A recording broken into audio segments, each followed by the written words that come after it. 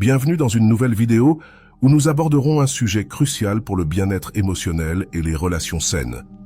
10 comportements que tu ne dois pas tolérer de la part de personne. Ce sujet est essentiel car, dans de nombreuses situations, nous avons tendance à tolérer des comportements qui ne sont pas seulement inacceptables, mais qui peuvent aussi être nuisibles pour notre estime de soi et notre développement personnel. À la fin de cette vidéo, je te promets que non seulement tu seras capable d'identifier ces comportements toxiques dans tes relations, mais tu disposeras également d'outils efficaces pour établir des limites saines. Tu seras équipé avec le savoir et la confiance nécessaires pour te défendre et maintenir des relations plus saines et respectueuses. Ce sera un changement transformateur dans la manière dont tu gères tes interactions quotidiennes. En appliquant ce que tu vas apprendre aujourd'hui, tu commenceras à voir des améliorations significatives dans ta vie personnelle et professionnelle. Identification des comportements toxiques et établissement des limites. 1. Manque de respect pour tes limites personnelles. Le respect des limites est fondamental dans toute relation saine.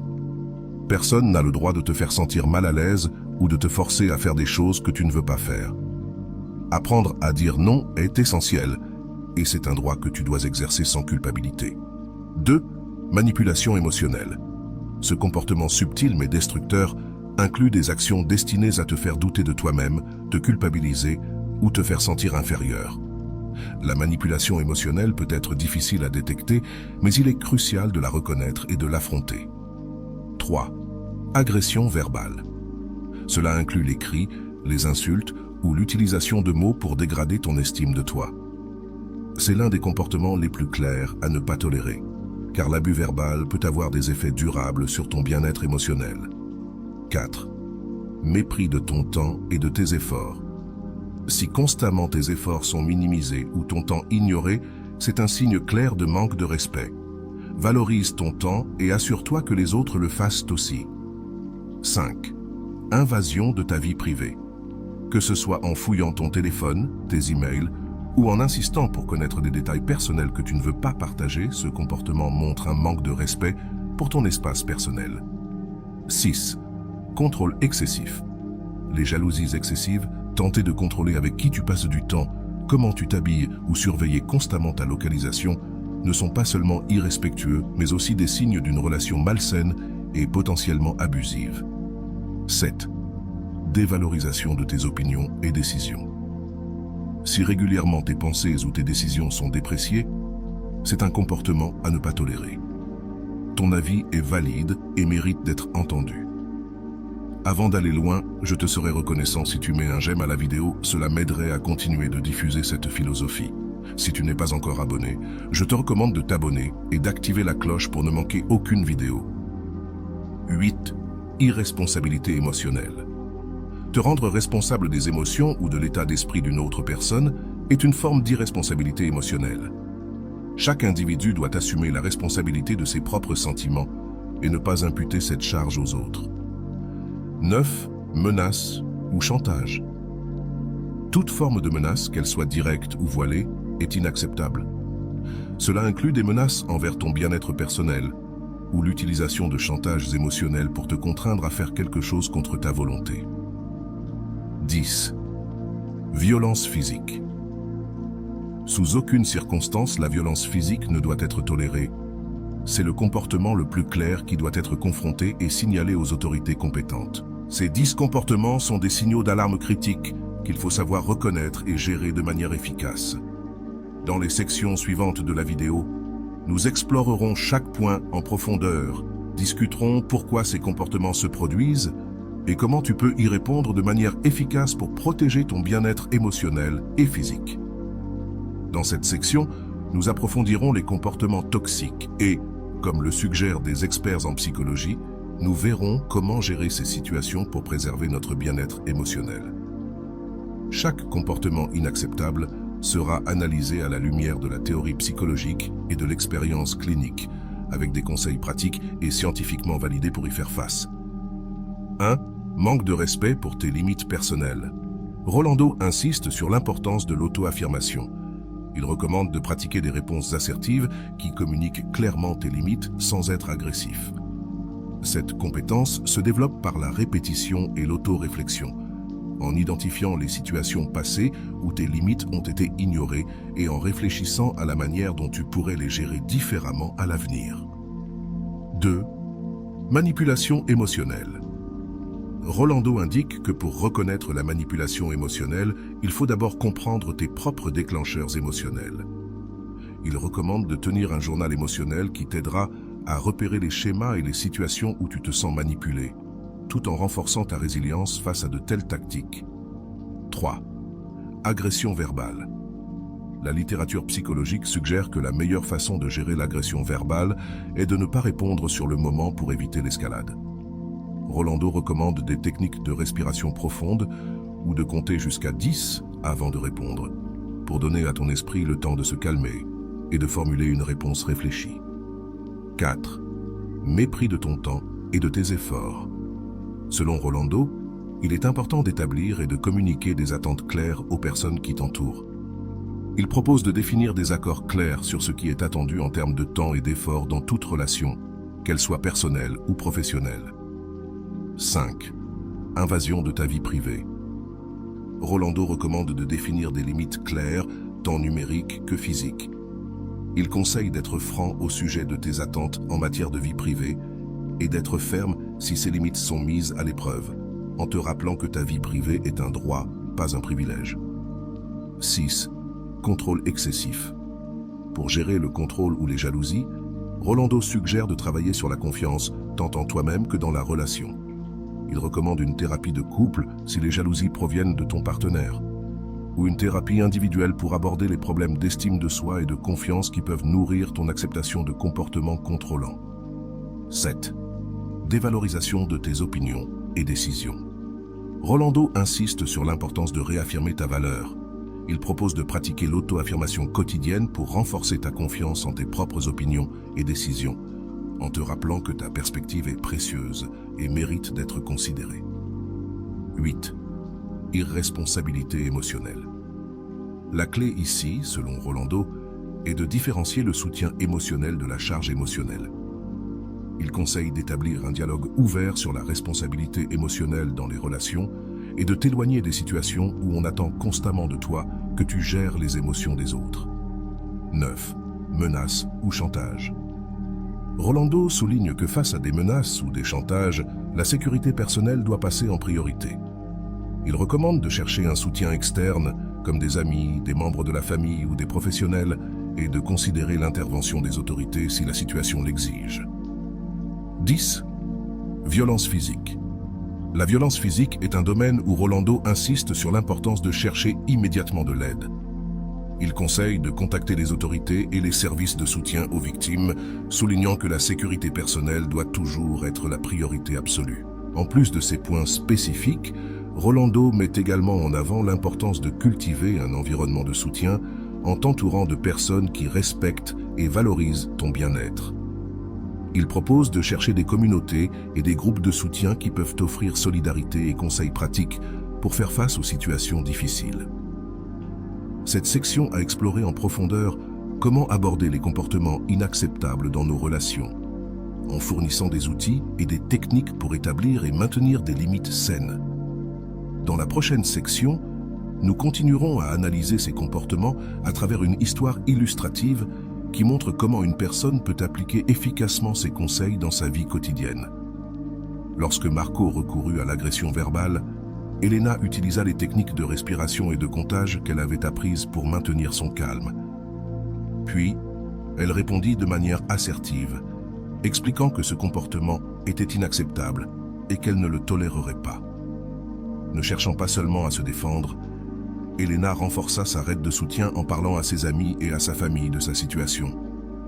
Elle découvrit que beaucoup étaient prêts et désireux de l'aider, lui offrant un lieu sûr et un soutien émotionnel lorsqu'elle en avait besoin. Face à la manipulation émotionnelle, Marco tenta de manipuler Elena en lui disant qu'elle était responsable de son malheur. Rappelant les enseignements de son thérapeute et de Rolando, Elena reconnut cette tactique comme une manipulation émotionnelle et la rejeta, expliquant que chaque personne est responsable de ses propres émotions. En reprenant le contrôle sur sa vie privée, Elena changea les mots de passe de ses appareils et comptes personnels après avoir découvert que Marco les avait consultés sans son consentement. Elle clarifia qu'elle s'attendait à ce que sa vie privée soit respectée comme partie fondamentale de leur relation. Au fur et à mesure qu'Elena mettait en œuvre ces changements, elle évaluait continuellement leur efficacité et leur impact sur son bien-être émotionnel. Elle ajustait son approche en fonction des besoins, toujours dans le but de renforcer son indépendance émotionnelle. Initialement, Marco lut la résistance face à ces changements, mais la constance et la clarté d'Elena finirent par le faire reconsidérer son comportement. Il comprit que, pour que la relation continue, il devait respecter les limites d'Elena. À mesure qu'Elena se renforçait personnellement, elle devenait plus confiante dans tous les domaines de sa vie. Ses performances au travail s'améliorèrent et ses relations avec ses amis et sa famille se renforcèrent, témoignant de l'estime de soi croissante et du respect qu'elle se portait. Les changements qu'Elena avait instaurés ne transformèrent pas seulement sa relation avec Marco, mais eurent également un impact positif et durable sur sa vie personnelle et professionnelle. Elle devient un modèle à suivre pour d'autres dans des situations similaires, montrant qu'il est possible de changer des dynamiques relationnelles toxiques et de construire une vie de respect et d'amour-propre. La transformation d'Elena, un témoignage de courage et de détermination, se poursuit avec un examen plus approfondi des aspects de sa vie qui avaient été affectés par sa relation toxique. Elle commença à réévaluer sa carrière professionnelle, un domaine qu'elle avait négligé, travaillant dans une entreprise technologique. Bien qu'elle eût toujours eu une passion pour son travail, les exigences émotionnelles de sa vie personnelle avaient diminué son enthousiasme et sa créativité. Décidée à changer cela, elle consacra davantage de temps à des projets qui la motivèrent vraiment et chercha des opportunités pour progresser dans son domaine. Parallèlement, Elena décida de renouer avec de vieilles amitiés qu'elle avait négligées. Elle se rappela que ses amis avaient toujours été une source de soutien et de joie, et elle regretta le temps perdu. Un par un, elle les contacte pour expliquer sa situation et leur demander de se reconnecter. Pour son plus grand soulagement, la plupart d'entre eux l'accueillirent à bras ouverts, heureux de la voir de nouveau dans leur vie. Ce retour aux amitiés lui donna une nouvelle perspective sur l'importance de maintenir un réseau de soutien solide. Dans sa vie familiale, Elena fait également des efforts pour renforcer ses liens avec certains membres de sa famille, avec qui elle avait eu une relation distante en raison des tensions causées par Marco. Maintenant plus confiante, elle chercha à reconstruire ses relations, découvrant que beaucoup de ses proches étaient également prêts à repartir à zéro. Le développement de sa santé physique fut également une partie importante de son parcours. Après avoir négligé son bien-être physique en raison du stress prolongé, Elena se mit à faire de l'exercice régulièrement. Elle découvrit que l'exercice physique n'était pas seulement bénéfique pour sa santé, mais aussi un puissant antidote contre le stress. Elle adopta aussi une alimentation plus équilibrée et nutritive, convaincue qu'un corps sain contribue à une meilleure santé mentale. Ce changement de mode de vie améliora non seulement sa santé physique, mais aussi son énergie et sa clarté mentale. Elena prit également conscience de l'importance d'avoir des passe-temps et des centres d'intérêt personnels. Elle commença à explorer des activités qu'elle avait toujours voulu essayer, mais n'avait jamais eu le temps ou l'énergie pour cela.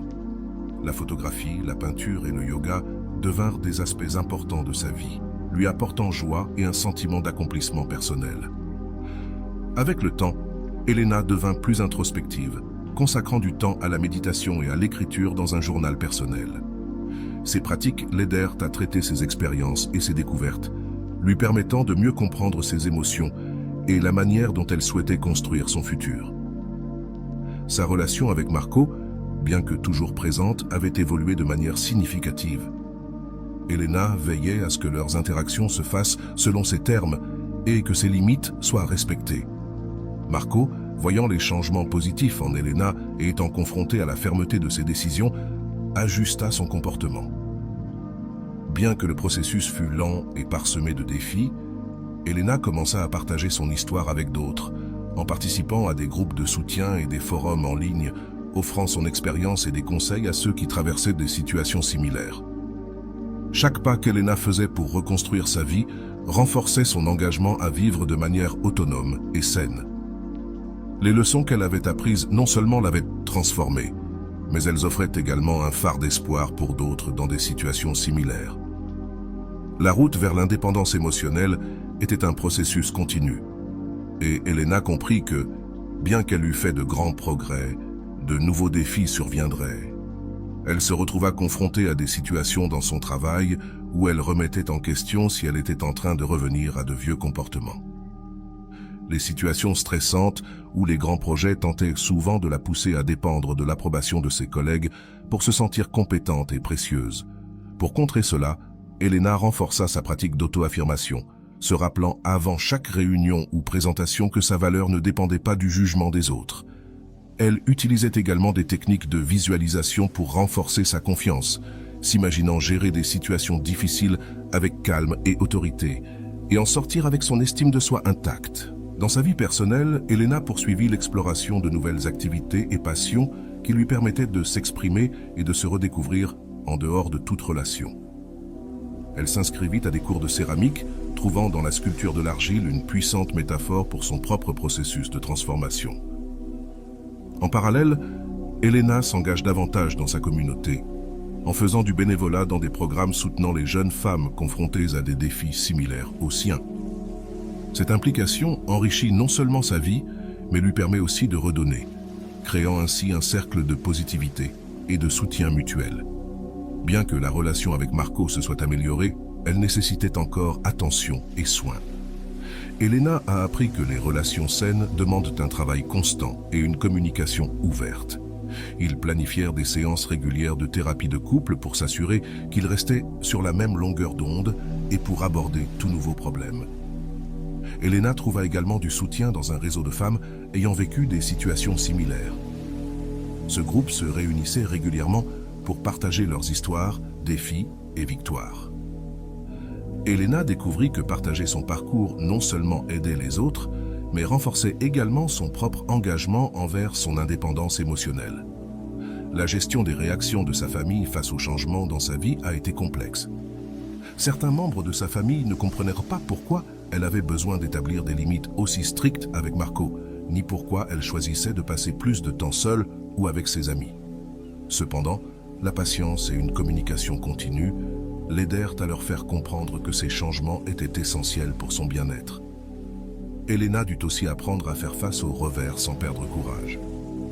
Lors de moments de faiblesse, ou lorsque de vieux schémas menaçaient de refaire surface, elle se rappelait tout ce qu'elle avait accompli et combien elle avait progressé.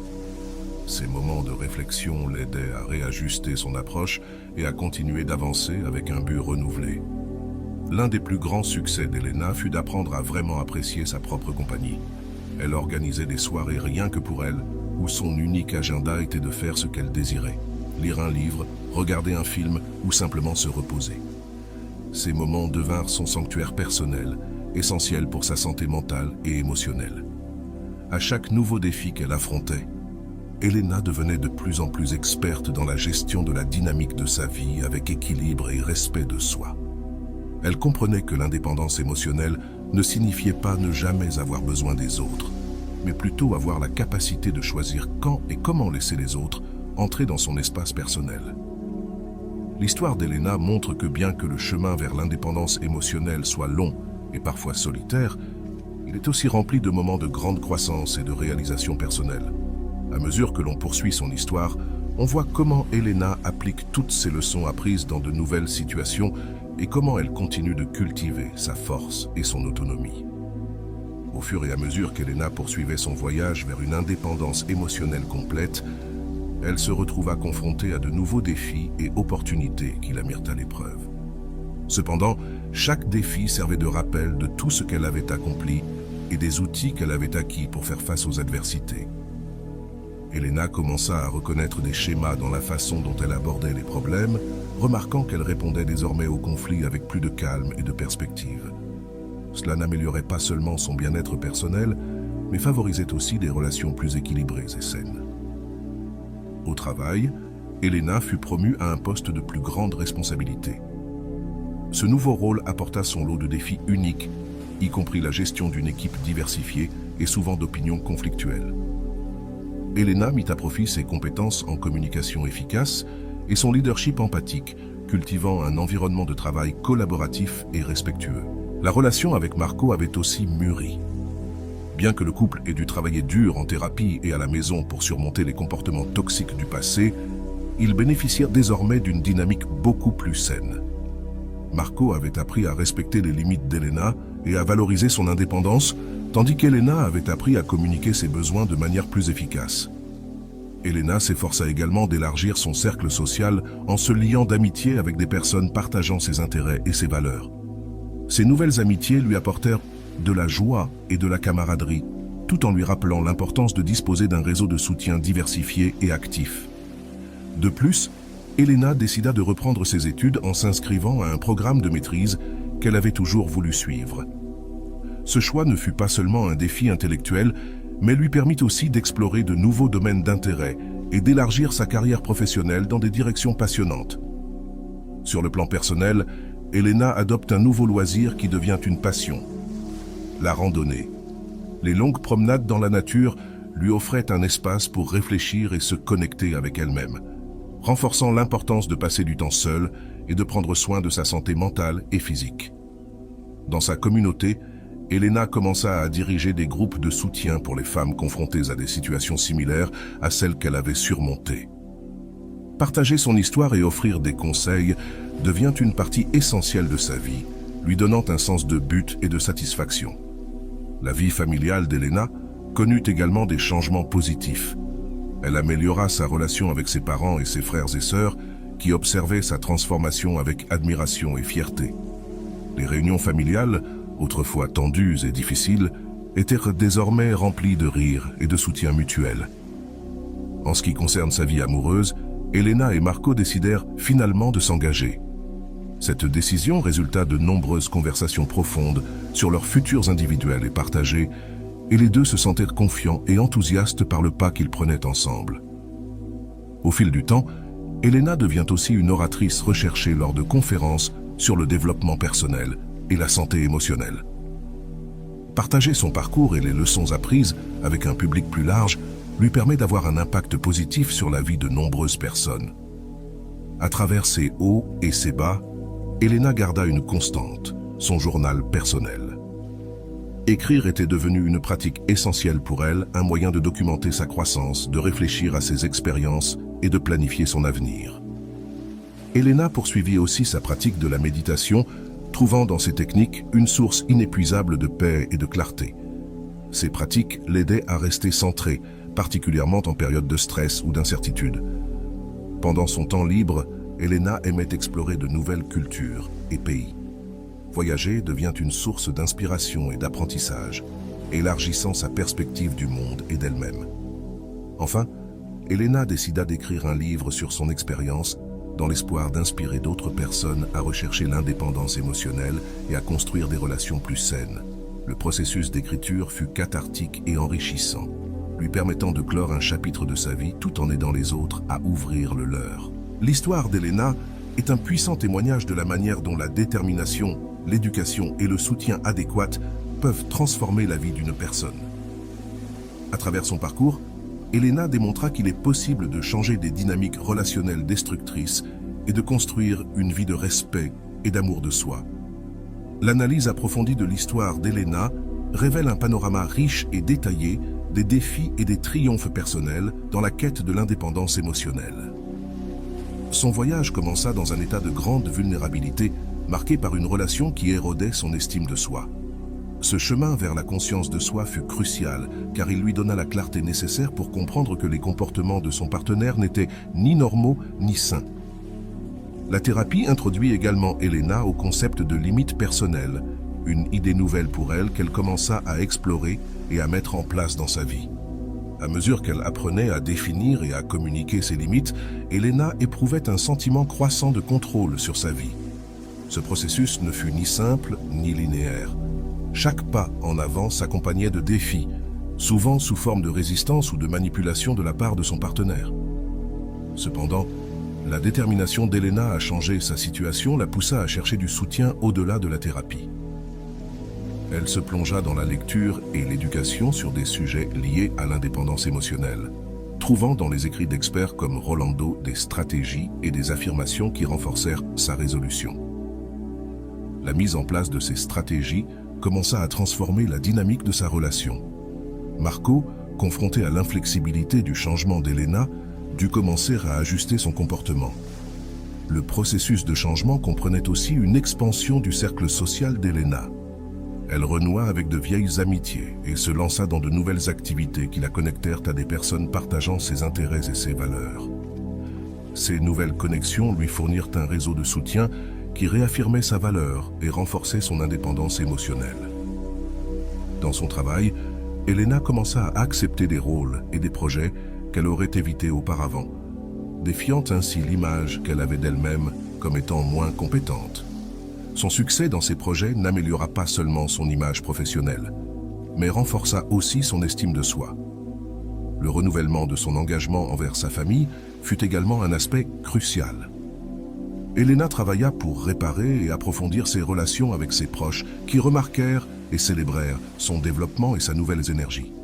Ces relations renforcées lui apportèrent un sens de stabilité et d'appartenance qui lui manquait auparavant. Un autre domaine de croissance pour Elena fut l'auto-soin. Elle commença à privilégier sa santé physique et mentale, intégrant l'exercice régulier et une alimentation équilibrée dans sa routine quotidienne. Ces pratiques n'améliorèrent pas seulement son bien-être physique, mais elles apportèrent aussi structure et discipline à ses journées. L'histoire d'Elena se termine à un moment où elle a non seulement transformé sa propre vie, mais où elle a aussi commencé à influencer celle des autres.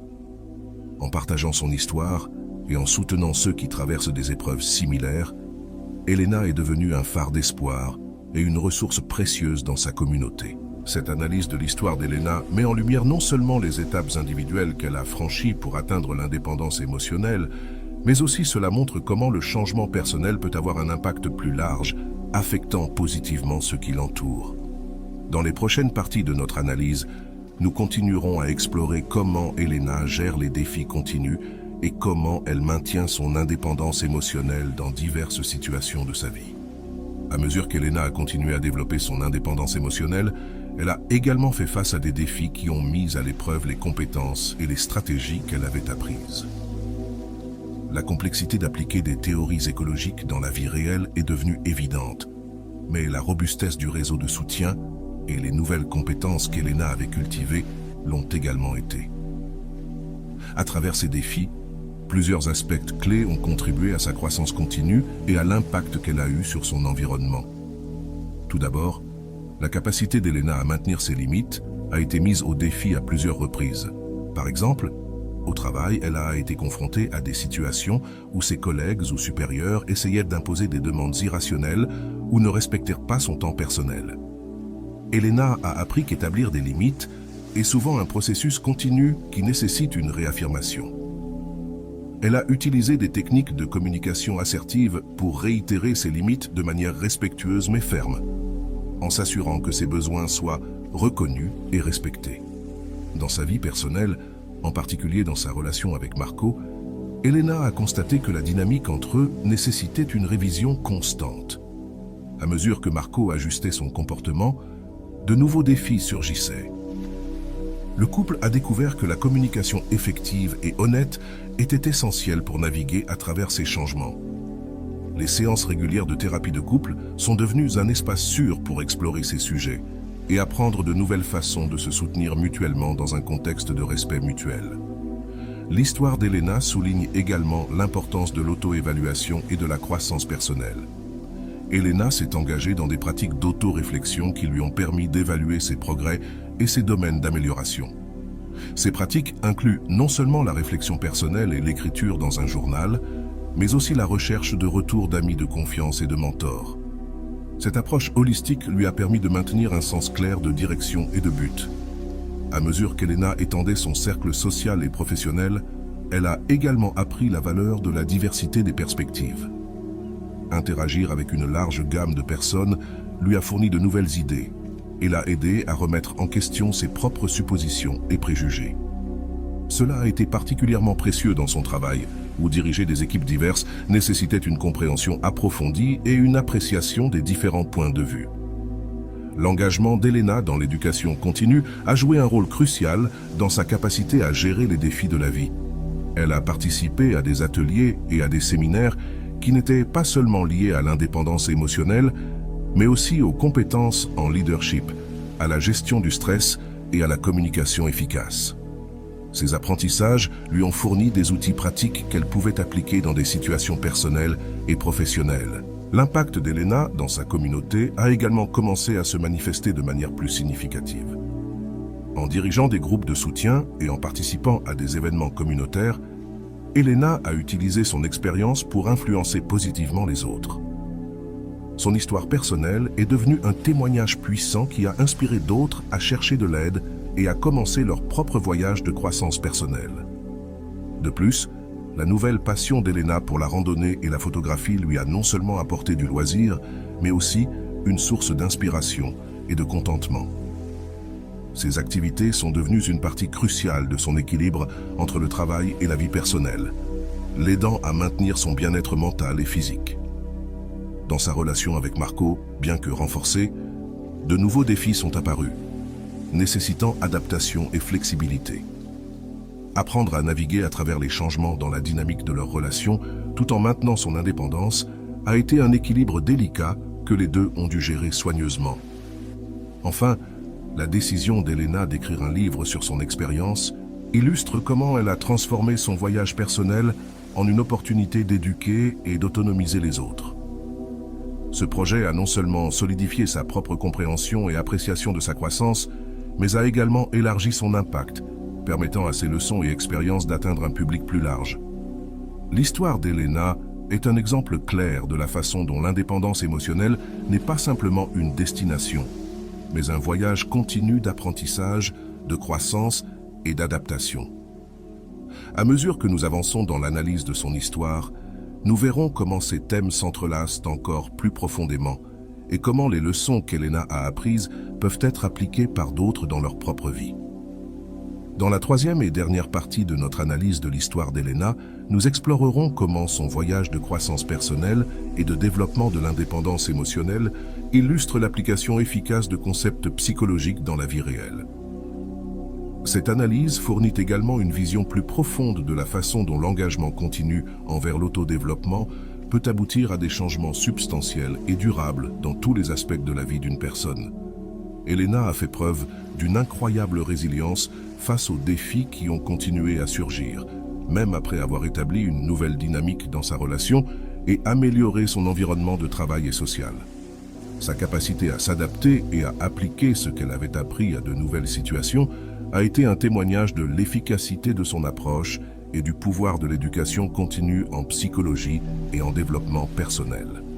À mesure qu'Elena progressait dans sa carrière et explorait de nouvelles opportunités, elle faisait également face à la pression de maintenir son indépendance récemment acquise tout en équilibrant les responsabilités professionnelles et personnelles. Grâce à sa participation à des séminaires et des cours, elle a continué à renforcer ses compétences en leadership et en gestion du temps, des éléments cruciaux qui l'ont aidé à relever ces défis avec succès. L'impact d'Elena dans sa communauté a également grandi en dirigeant des ateliers et des groupes de soutien. Elle n'a pas seulement partagé son savoir et son expérience, mais a aussi appris des expériences des autres. Cet échange d'idées et de soutien a été fondamental pour son propre bien-être émotionnel et celui de sa communauté, renforçant l'idée que l'indépendance émotionnelle se nourrit également du soutien et de l'interaction communautaire.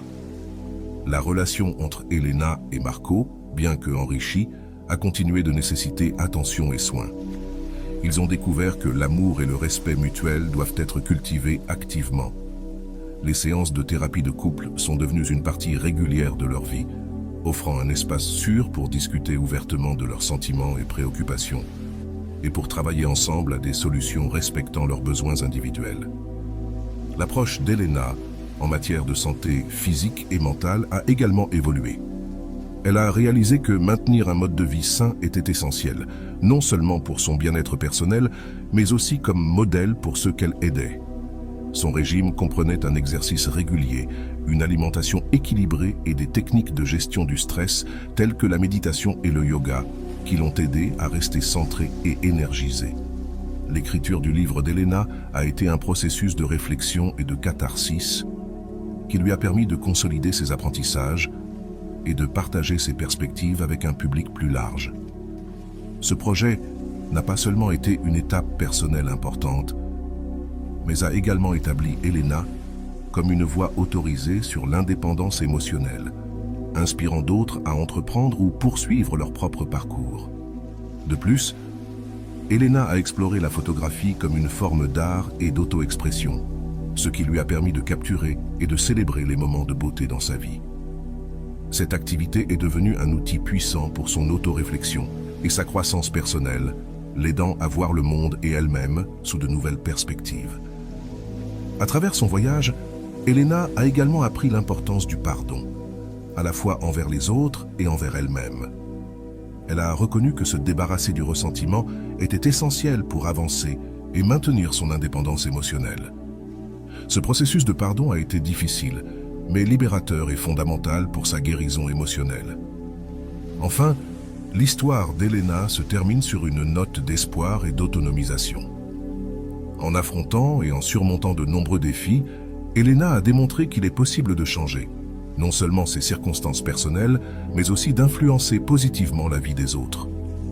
Son parcours souligne que bien que l'indépendance émotionnelle demande des efforts et de la dévotion, elle est accessible et profondément gratifiante.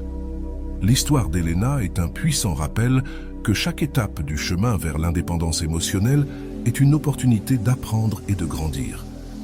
À travers son exemple, nous voyons comment l'application constante des principes psychologiques et l'engagement envers l'amélioration de soi peuvent transformer la vie de manière profonde et durable. La conclusion de l'histoire d'Elena reflète non seulement une transformation personnelle, mais met également en lumière l'influence qu'une personne peut exercer sur son environnement lorsqu'elle s'engage pleinement dans sa croissance et son bien-être émotionnel. Tout au long de son voyage, Elena a démontré comment faire face et surmonter les défis peut renforcer le caractère, élargir la compréhension et approfondir l'empathie envers les autres. Son histoire est un témoignage de la capacité humaine à changer et à s'adapter, offrant des leçons précieuses sur la résilience et la détermination. Dans cette dernière étape de l'analyse, nous considérons comment les changements qu'Elena a apportés à sa vie personnelle ont eu un effet domino sur ses relations, sa carrière et sa contribution à la communauté. Chaque étape qu'elle a franchie pour se libérer de la manipulation et du contrôle n'a pas seulement amélioré sa qualité de vie, mais a également inspiré d'autres à chercher de l'aide et à commencer leur propre processus de guérison. Elena, en s'engageant dans la thérapie et l'autoréflexion, a découvert des aspects de sa personnalité et des forces qu'elle avait précédemment ignorées ou minimisées. Cette réévaluation de son identité l'a poussée à adopter un rôle plus actif dans ses relations, rejetant la passivité et exigeant un respect fondamental pour toute interaction saine et équitable. Sa carrière a aussi énormément bénéficié de cette nouvelle perspective. En apprenant à établir des limites claires et à communiquer efficacement, Elena a réussi à obtenir des promotions et des opportunités qui semblaient auparavant hors de portée.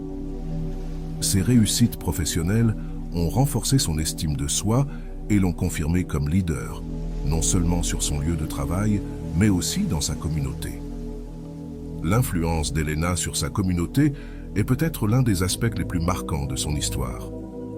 En dirigeant des groupes de soutien et en offrant des ateliers sur l'indépendance émotionnelle, elle a créé un espace sécurisé pour que d'autres puissent discuter de leurs expériences et rechercher des solutions.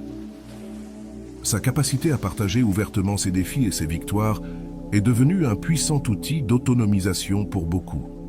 De plus, Elena a utilisé son amour pour la photographie et l'écriture pour documenter son parcours et le partager avec un public plus large.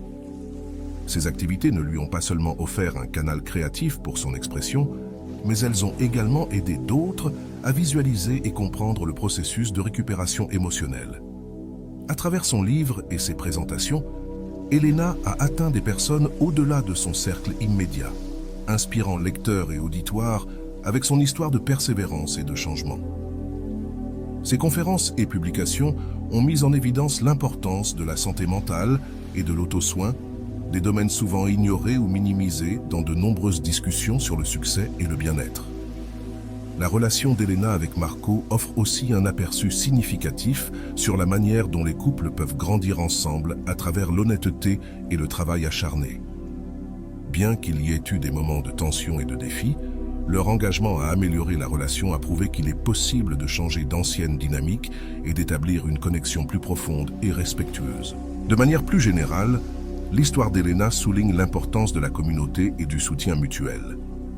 En formant et nourrissant des réseaux de soutien, en ligne et en personne, Elena et ceux autour d'elle ont créé un écosystème de soutien bénéfique pour tous les impliqués.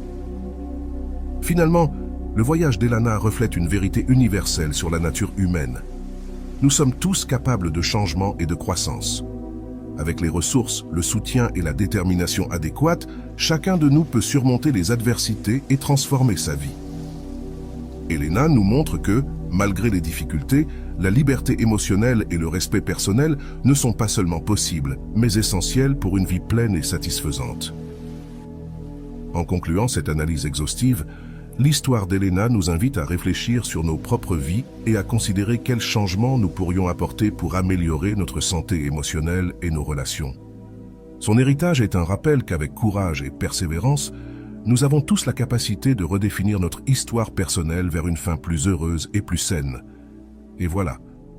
J'espère que vous avez trouvé beaucoup de valeur dans cette vidéo. Merci d'être resté jusqu'à la fin de cette vidéo. J'adore quand vous faites ça. Si vous voulez une autre vidéo sur ce sujet, écrivez en commentaire « J'en veux encore plus ». J'espère vous revoir dans une autre vidéo.